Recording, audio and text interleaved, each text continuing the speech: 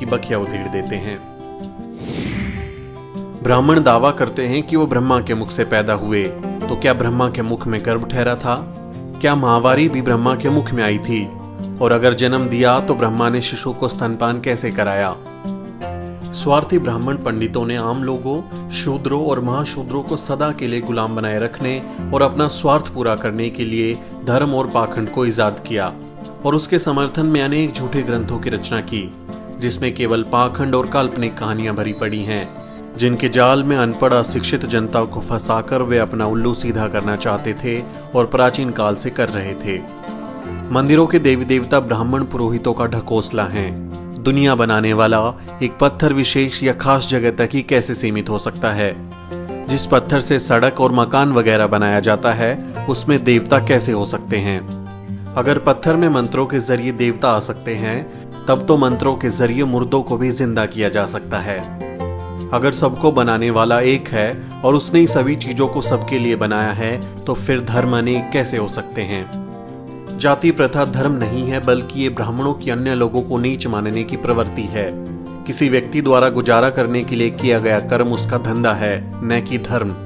किसी भी व्यक्ति को सामाजिक समानता, राजनीतिक भागीदारी, धार्मिक आर्थिक स्वतंत्रता और पढ़ने लिखने से वंचित करना और उनका शारीरिक और मानसिक रूप से धर्म के आधार पर शोषण करना या शोषण को धर्म मानना क्रूरता और निर्दयता है।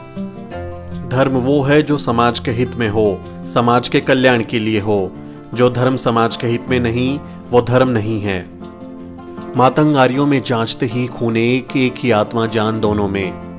दोनों समान, सब खाते पीते, इच्छा भी भोगते एक समान। मातंग आर्य दोनों शोभा मानव की, दोनों का आचरण एक जैसा। पूछता हूं सब हुए कैसे नीच, आर्य क्यों उच्च? सभी व्यक्ति चाहे वो स्त्री हो या पुरुष, जन्म से समान होते हैं, इसलिए उनके साथ किसी प्रकार का भेदभाव का व्यवहार मानवता और नैतिकता के खिलाफ है। समाज के विकास के लिए जरूरी है कि समाज का संगठन ऐसा हो कि उसके सभी सदस्यों को स्वतंत्रता और समानता के अधिकार मिले और उनके बीच भाईचारा हो। स्वतंत्रता और अवसर की समानता हर मनुष्य की बुनियादी आवश्यकता है। स्वतंत्रता के अभाव में किसी भी मनुष्य के व्यक्तित्व का संपूर्ण विकास नहीं हो सकता। मानवता सर्वश्रेष्ठ है। जात पात, वर्ण भेद और ऊंच नीच की दीवारें सब ब्राह्मणों की देन है, जो उन्होंने अपने लाभ के लिए खड़ी की हैं। विभिन्न प्रकार के कर्मकांड, धार्मिक अनुष्ठान भोली भाली जनता को लूटने के लिए बनाए गए हैं। ये एक पुश्तैनी धार्मिक लूट है। जाति और धर्म का भ्रमजाल अन्याय और शोषण की प्रक्रिया को बनाए रखने के लिए फैलाया गया है। धनी किसान की शादी में उनके रिश्तेदारों और बारातियों की अनदेखी कर ब्राह्मण दक्षिणा के लिए इतनी हड़बड़ी मचाते हैं कि वर वधू के पिताओं को रिश्तेदारों का स्वागत करने का मौका भी नहीं मिलता। ऐसे निर्लज्ज भिखारी किसी दूसरे देश या जाति में मिलेंगे? ब्राह्मणवादी अपनी घृणित सोच के कारण मैला खाने वाली गाय का पेशाब पीकर पवित्र होते हैं, लेकिन एक शूद्र के हाथ का साफ सुथरा पानी नहीं पीते।